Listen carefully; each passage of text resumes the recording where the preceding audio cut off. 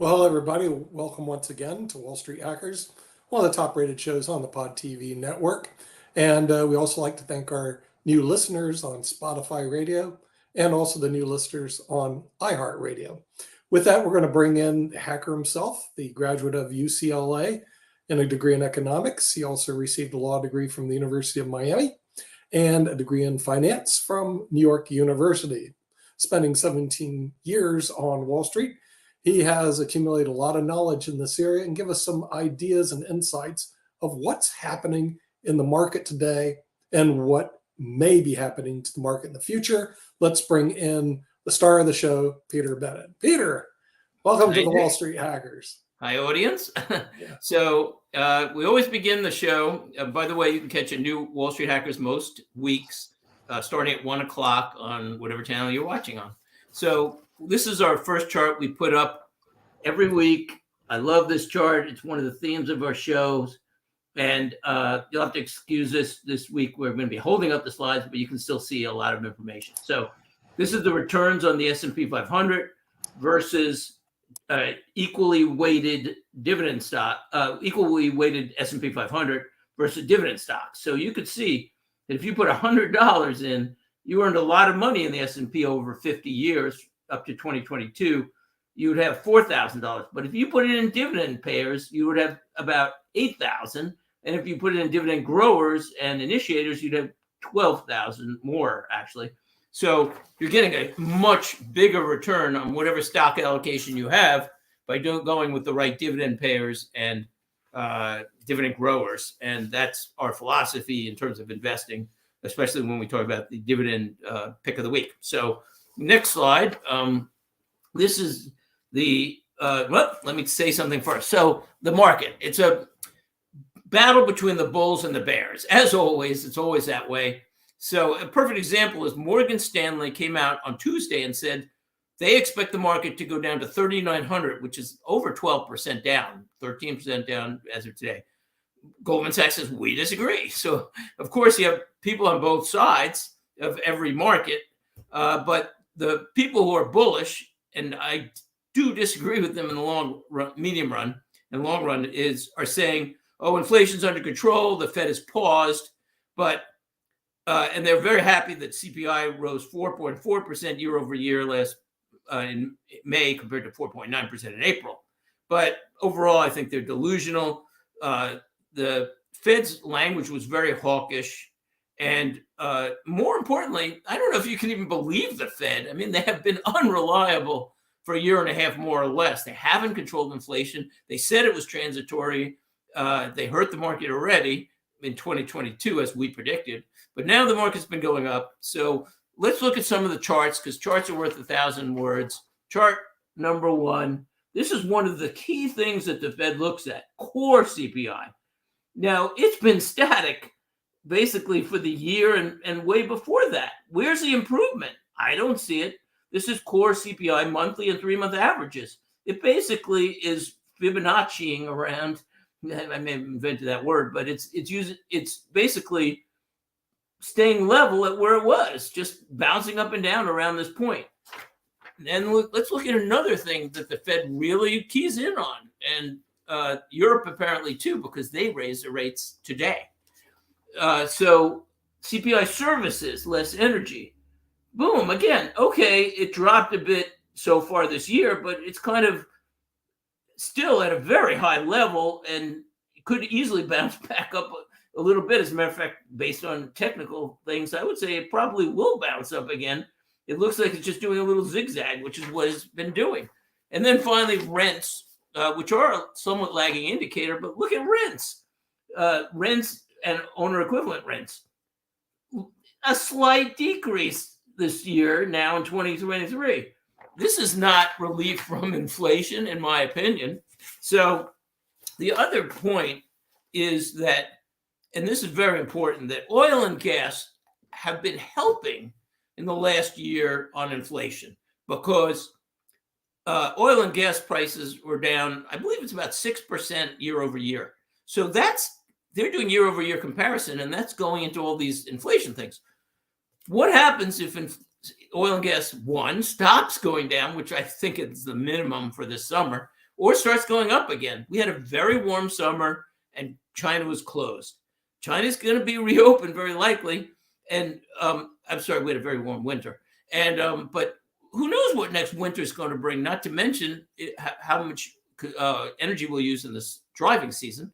So those are temporary factors. And the key point, whether it's this year or next year, this is the part I'm almost 100% sure. Nobody can be sure of anything in the markets. If they say they are, they're wrong.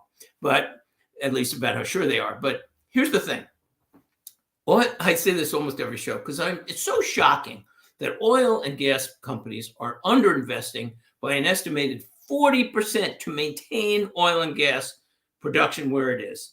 They're cutting back because of government regulation, stopping them from doing business. 10% of their budgets are going towards environmental projects. And also they're being very conservative because they may not be able to get financing because of ESG attitudes from banks and other financial lenders. So the thing is, it's probably going to be a tsunami at some point on energy, maybe next year. At some point, these projects that take 5 to 7 years to complete are going to fail to supply the energy we need since this underinvestment has been going on for 7 or 8 years now, since 2015. So maybe it won't happen this year, maybe next year. Anyway, you know what? The market could go up, it could go down. I'm not bullish on the market, as you know if you watch the show. But the thing is, I think it will turn around eventually. There will be more opportunities. But the great news is, even in this market, I believe, there's never guaranteed, but I think great opportunities because there are defensive opportunities, high dividend opportunities in energy and other sectors that should do well in any environment. And that's what I prefer, not risking my money. So let's see. One other point. If you look at the market, actually, it's been tech driven for a long time. A good part of last year and this year is tech and AI driven. The new story is, AI is going to dominate, and it will. But the tech companies have driven the market up about 14% this year as of yesterday. And but if you look at an equal weighted on the S&P 500, it's actually a 0.2% year to date. Now, so it's not a broad market. It's just money pouring into tech that keeps driving it because tech is so heavily weighted in the averages. But the question is tech going to keep driving the market? Well, maybe. I have no idea because nobody knows. You can't be sure, or else you put every dollar you have into an option, just like if you knew red or black on a roulette wheel. But the thing is about tech, there's a few things that are risky, and that's what I try to avoid because I hate losing money. Number one, tech is not a secret. It's been out there for a long time that tech is going to semi-rule the world or dominate and keep growing. So the prices may reflect that, and the market is supposed to reflect all the current information. And according to the random walk theory, you could look that up if you don't know what it is, but big thing in MBA school. But the question is it in there? I don't know. But look at some of the price to cash flow ratios, which I like to look at in my dividend stocks. Apple is 27 times price over cash flow. Microsoft, 30. Amazon, 26. NVIDIA, 152 price over cash flow. Now, first of all, the average price over cash flow on the S&P is only about 15. So that means just to get to where the other companies are, and I'm sure there'll be growth, but Apple has to, and Microsoft and Amazon basically have to double their cash flow, which is a big thing for a big company, just to get to where the other companies are now. And NVIDIA has to go about 10 times the cash flow just to get to where companies are now. So how many years will it take to get there? I don't know. Nobody knows, but that's a lot of growth for giant companies. And also, the other thing about tech, which makes me feel it's risky, is that it's very interest sensitive because the market's forecasting so much future growth. So it's using an interest rate discount factor. So if rates go up, tech is going to be hurt by that a lot too. So tech, you know what? If I had to pick another sector to put money in, and I did for a while, ride tech, and did well with that. I had some options on NVIDIA, and I loved it. But the thing is, I don't want to take the risk. But you know what? If I was going to take risk in another sector, then I would do that. But I don't know. You know, I'm saying that a lot because nobody knows again. So the quote of the week I thought is perfect for my attitude, which is from Barron's on Monday, Barron's Daily. And it said the following: a skip and pause aren't the same. What's next for the Fed's inflation fight? The easy wins of recent months, such as favorable comparisons to last year's sky-high energy prices, are no more. Of course, I like this because this is what I've been saying. Again, they're saying the easy wins are over because of the sky-high energy prices have come down a bit. So that makes inflation look lower. The low-hanging inflation fruit has already been picked. The rest of the journey to the Fed's 2% target is a lot harder. It's a long way to 2%. And I don't see a lot of progress in a lot of the numbers. Okay, most interesting stories of the week segment. Number one, no labels. A third political party is getting ready to launch a presidential candidate in all 50 states, potentially. They're saying if it's a Biden-Trump run, then they will go because they are talking about American polls that say majority of Americans do not want a Biden-Trump rematch. Both offer some good policies, but a lot of flaws there, unfortunately. Sorry if you love them. I would try to stay neutral on politics as much as I can, but both of them have issues for sure.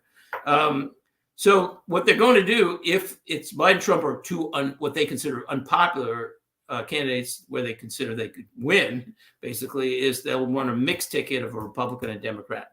It could be very interesting election time if they do. We'll see. Number two, last year's Inflation Reduction Act that did almost nothing for inflation did fight inflation potentially, or will, in one area, which is drugs. The act, which will be the discussion of our panel this week after our break, it said the following: the government will effectively choose the prices for popular Medicare medications for seniors. And if drug companies refuse, they will face heavy taxes, very heavy taxes. So we'll get into that more in detail, but it's controversial and not necessarily simple. Number three, interesting article: OpenAI has been slapped with the first ever defamation lawsuit after ChatGPT hallucinated a bogus embezzlement complaint against a Georgia radio host. It claimed he was being accused of defrauding and embezzling funds. He's the victim of an AI hallucination, apparently. He had nothing to do with this suit. And then if somebody asked ChatGPT, for more details, it doubled down on his claim that this fellow named Real, I guess, said that it was Walters, his name, is the SAF treasurer, and they openly accused him of embezzling funds. Totally false information. Maybe it's a good thing that soon people won't trust anything because there's so much fake news anyway, especially from the left, but there's fake news on the right side too, and or at least slanted news on the right, no news on the left on a lot of issues. It's crazy. Number four, a major hotelier in San Francisco is abandoning their hotels. One of the largest REITs in the U.S. is closing two San Francisco very large hotels, including the Hilton San Francisco Union Square and the Park 55 San Francisco. And they're saying it's because the city streets are unsafe and they're doubting the city can recover. When I picked this story up, and I keep seeing more and more businesses closing, leaving San Francisco. And then just yesterday, I saw another one. Cinemark is just pulling out now. Maybe crime policy shouldn't be pro-criminal. Brilliant, just brilliant.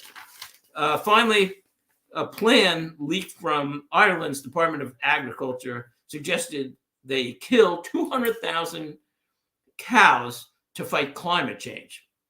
The plan won't be enacted, but the problem with the plan was that if they did that, they would just increase Brazilian meat imports. So this is the thing. You can argue based on carbon the issues on global warming, but the problem is the environmentalists so often are so radical, and I don't just mean painting a Mona Lisa over with paint, but they're so radical. For instance, they oppose natural gas, and that for 2 years, worldwide and in the U.S., caused people to use more oil in Europe and the U.S.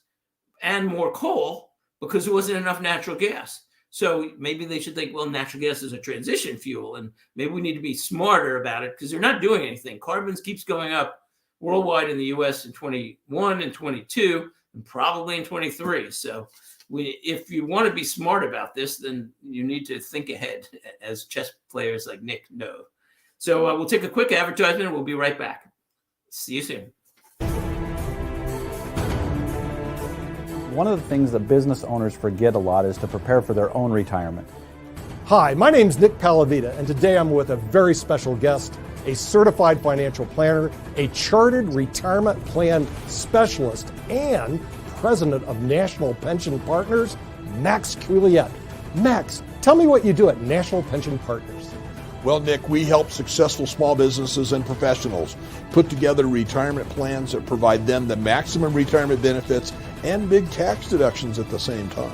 Well, how do you do this? Well, we get on an internet conferencing system with the client. We review their goals, what they want to accomplish, and then put together strategies to help them in implementing a retirement plan that benefits them, not everybody else. Well, that sounds really good, but how much does this cost? Well, it's really not bad because the first consultation is free. That allows us to go through and discover whether this strategy works for that business and for you as the business owner, and helping you maximize your retirement. Well, Max, how do we get this free appointment? It's really pretty simple, Nick. You can either go to our website below or call us at 877-252-1692, and then we can set up a time with either myself, Nick, or one of our other retirement plan specialists, another CPA or advisor in the office, to go over this with you and make sure it fits for you. Hi, my name is Lewis Haupt. I work with National Pension Partners, and I work with businesses to allow them to put the maximum away that they can for themselves and to save taxes. Hi, I'm Brad Coyle, and I'm the brokerage manager at National Pension Partners. We're always analyzing plan fund choices in order to ensure the participant's success. If you want more information on how we can help you and your business put more money away in a retirement plan than you ever thought possible, contact us at the website below or call us at 877-252. And we're back. So what to do? I'm going to keep saying it. I've said it a year and a half. I was right when it went down. Now it's come up a bit, but I believe I'm bearish for the short to medium term, shorter medium, until I see inflation being won, that fight. And I think we have a long way to go. We will see, but I think so. But either way, we've shown you the chart. Dividend stocks are great no matter what you do. They're the place to be with your stock allocations. Energy stocks seem sure to me, especially those pipelines that I've discussed in so many other prior episodes, and I'll get back to those. But those pipelines act as utilities, and they have high dividends, so you get your money back, in X years, 8 years, 10 years, 12 years, depending on the dividend. And I think they're great. And then I think you should be defensive, and we will see when the market says. So the dividend stock of the week, now we have to I'm going to give an oral disclosure every week, as well as hopefully it's running at the bottom. There it is. It's running at the bottom. So, because now we're on iHeartRadio and Spotify. So we have to say this show is for entertainment only. There are no guarantees in investing. Anybody who tells you that, unless it's a CD, and then it's not a guaranteed inflation, but most investments are not risk-free by definition. So be careful and to consult your financial advisor, and we're for, quote, entertainment only. So that's our disclosure. So this week, we're going again with the supermarket sector, one of the very few sectors I like right now. I feel, other than energy, of course, because I think there's potential nice dividend returns and growth, and I think it's a safe sector. It turns out that the supermarkets, the threat was home delivery, but it turns out now the home delivery is going through the supermarkets mostly, so they're doing fine. But the thing is, we're going to call it Ahold because it's the first stock I've ever owned or recommended that I can't even say the whole name because of the K, and I don't want to mash it, but it's a very long name. But the abbreviation is AHODF. It's a Norwegian company, which means it's very likely, especially in the United States, but other countries, you probably have a withholding tax, and it'll probably be 30% Norwegian holding tax. That's a good idea for an IRA, by the way, because at least you don't pay tax on the tax. That's where I hold it in my IRA. It has a 3.6% dividend, which is okay. I mean, it's not what I love, but the thing is, its fundamental numbers look really good. If you look at TD Ameritrade, the price to cash flow is 4.6. So compare that to NVIDIA at 150. Either one could do better, but I'll take the 4.6. That's about a 21% cash flow yield. So it seems like the dividend is very safe, but also the dividend growth might be safe.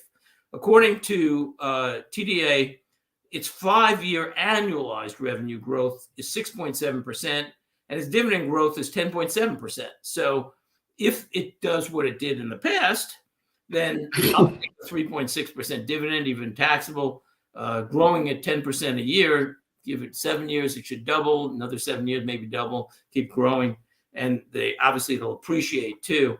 And its debt to assets is a reasonable 0.38. So right now it's only a 0.25% allocation, but it might be one of the first companies I would buy more of once I think the market is signaling inflation is 1, and that will take a decline or a long period of flat, which is also quite possible. So I like that. So we go on to the panel discussion of the week, and I began discussing this. The question is it okay for the U.S. government to set drug prices for Medicare and Medicare seniors? Quick background: Medicare, if you don't know, is the U.S. program for seniors medical care over age 65.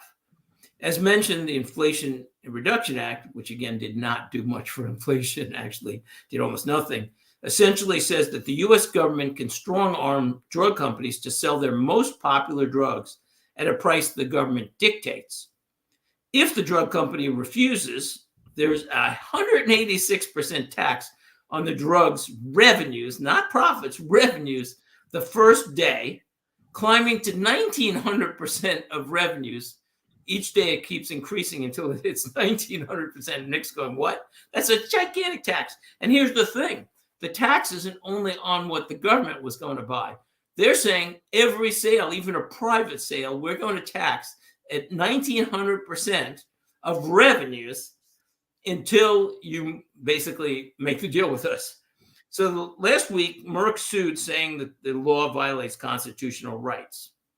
Nick, I want to add one more thing, though, on the other side. This is a difficult thing because with drugs, drug companies can dictate to the government and say, oh, we want, $1 million for this aspirin pill, and if the government says no, well, what if, if it's a unique product and there's no substitutes, then the government pays $1 million, and the government has huge Medicare deficits, which are going to stagger the economy down the road in terms of heading us for 0% interest rates, and they're going to be printing money.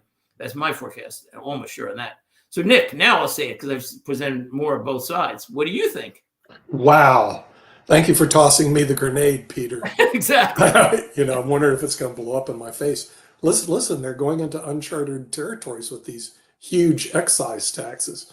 Usually you see an excise tax 100%, 150%. Nothing in the category you just mentioned, Peter. So these are going to be cases, what they call in front of court de novo, before the judge. So we'll have to monitor and see where it goes. With that all spoken, Medicare is in serious trouble, which we brought up on the David Walker Show many times. It's scheduled to go broke by the end of this decade, like in the next couple of years. And broke meaning the Medicare trust fund runs out of money, so they don't Right. have any money to pay their bills, as they say on their website. They go, "We're not broke; we just have money to pay our bills." The Printing press. yeah, money, well, money. that's their plan. Their plan the was, radio we'll go- and okay, Yeah, their exactly. plan is we'll go to the general obligation fund, aka the U.S. government, to bail us out. Well, when they move over there as their reserve, it's broke too. As we well know, the U.S. government's 31 trillion in the hole, and their debt to GDP ratio is now over 100%. So here you have bankrupt Medicare, whose plan is to rely on the bankrupt U.S. government to bail them out. Okay, I'm not sure how well this plan works. I do know that the politicians that you're going to listen to during the election will not discuss this issue because it's an important it's the third issue. rail of politics for sure. Yeah, it's an Just a important few issue. points on what you said. You're right. It's a very tricky issue. Very, very important issue is that Medicare goes broke by the end of this decade. Should be the number one issue by all Yeah. politicians. But healthcare in general, which we're discussing, healthcare in general is 20% of the GDP. What does that mean? Good point. Take all the money that you have and take 20% and give it to healthcare. So we actually have in this country a healthcare crisis. And we had an expert on the show, Dr. Abramson, who wrote a book called Sickening that shows that what we spend in healthcare, we get like 1/3 the result of another country. We spend 3 times more for much less result. Again, healthcare in general should be number one on all of our media shows, not just the Pod TV network, but CBS, ABC, and NBC, our brothers in media. Yet they tend to ignore it. 20% of their GDP. Well, okay, so let me So jump we in have because you progress. said so many things that, and Well, you gave me the grenade, so I'm blowing it up. Exactly. So first of all, clarification: other countries are in just as bad a shape. It's not the U.S. Other countries have promised free healthcare, and they haven't put any money aside at all. You know, whether it's in Asia, whether it's in Europe, South America. I've looked at these countries. Not only are they underfunding their pensions by a bit, similar rates, but basically the U.S., but they're promised healthcare to aging populations, and they have no money put aside for that. And they're giving everything, you know, not just even Medicare A and B. So number 2 point, yeah, it costs more in the U.S., but one, the level of care compared to a lot of countries is much higher. You know, they'll do an operation here, maybe they won't do an operation there somewhere else. But also, a third point against Americans is a lot of Americans are obese. I don't know if it's like 40% now, but that does not help the medical expenses. That, you know, a healthy person compared to a person who has health issues is a huge difference there. So it is a very difficult issue. Nick, I'll go out of order, but Nick, you said the bringing it to court. Exactly. It's a constitutional issue. And from that perspective, I have to say, I think the drug companies are going to win because it seems like it's a taking of private property by the government. Without due process. Yeah, exactly. There's no due process from a pure legal, and we do have 2 legally educated, panelists here. And from that perspective, you can't just take somebody's property without compensation. That's why if they take a building to build something, they give you some money, you know. And the other point is where it's a slippery slope because I read what if, and you know, the Air Force now says, well, you have to sell us airline parts, you know, for $10 a piece. Or what if the fleet of national auto fleet says, well, you have to sell us cars for $1,000. Or, you know, what if you have to sell the Army uniforms for $1 a piece? It's like, where do you draw the line on this when the government can dictate a price? So I tend to think, no, legally, they won't hold up. And also, the other thing is, look, the drug companies can overcharge on drugs, but they can do that in the private market too. Let's say where you have insurers reimbursing anyway in most cases. So let's say you have a unique drug. Well, you could charge $1 million for that drug, and the drug companies might have to reimburse it, or they won't, you know, but it will also encourage substitutes. So it's a difficult problem, mainly because it seems like an overreach by the government, one, but two, Medicare is a big issue, and this is a financial show, so it just bridges us back into that. My prediction, one of the few I'm really confident about, is and it's only odds, but I'm like 85, 90% that the government is going to print tons of money for Medicare and Social Security. They'll make some tweaks, but they're going to have to print money because there's not enough money in the world. I've heard the argument made that the amount of money the U.S. government, and remember, worldwide or in all countries are in similar situations, they would have to print more money than all the U.S. bonds, stocks, and privately held real estate combined just to pay the Medicare unfunded liabilities. You can't print that much money.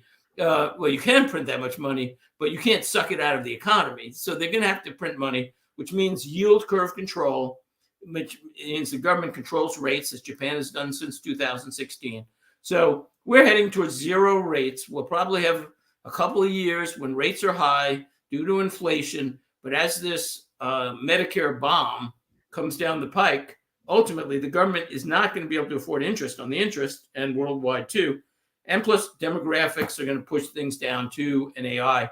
So it'll probably be a fairly lower zero rate interest environment, probably low productivity. That's why, in the end, I believe in locking in income, whether in long-term bonds or long-term dividend stocks, pipelines, to guarantee income later on, because it's going to be very hard to get income, I believe, in 5 years or 7 years, if not sooner. So any further comments, Nick? Well, I mean, you said it. There are some long-term problems in the U.S., and I just wish our politicians need to start addressing the economic catastrophes that are on the horizons as opposed to ignoring them. I know, and that triggers my biggest thing is the media. Is the politicians are divided, and I think some of them are just ignorant because they only rely on whichever media they pick. In other words, a leftist, because I've heard so many things from both sides where they don't even seem to understand the other side's arguments, because if you're a leaning left, you might only watch left news or listen to left news, read left news. If you're right, you're only reading right news. So the truth is usually, and in most of these issues, they're complex issues, the truth is in the middle, or maybe one side's right or wrong on the other, but each side is only getting their information, and it's affecting the politicians, it's affecting the public. The media is so corrupt. Walter Cronkite would flip out. People 10, 20 years ago would flip out if they knew how, especially the liberal media. I have to get on them more because they won't even report things. I just can't believe what some of my very educated liberal friends who only watch liberal news don't even know. One of them is an attorney in North Carolina, and he didn't even know there's a crime problem in the U.S. And my chiropractor doesn't know that President Biden even has accusations against him about bribery. So on the other side, the right won't explore global warming or consider that maybe those who are pro-abortion have good points. So everybody's all over the place, but I hope at some point we get together more. Well, what they were discussing on the news today, which they do on slow news days, is storms in the South. Okay, but let me tell you something. You have a hurricane that's about to blow into the country and destroy it economically, called Medicare going broke and Social Security going broke, and the country going broke. And these could be discussed every day, as opposed to a tornado in somewhere in Alabama. Yeah, there are big issues, and we're fighting those are big issues, right? Fighting over little issues largely. Hopefully things will work out. I mean, I think you get a dose of truth here anyway. So we have to close, as Kim says, although she's not here today. Stay healthy and get wealthy. So we'll see you next Thursday. We'll be on next Thursday, and Kim will be back. And thanks for watching. All right, we'll see you and hear you. Bye-bye.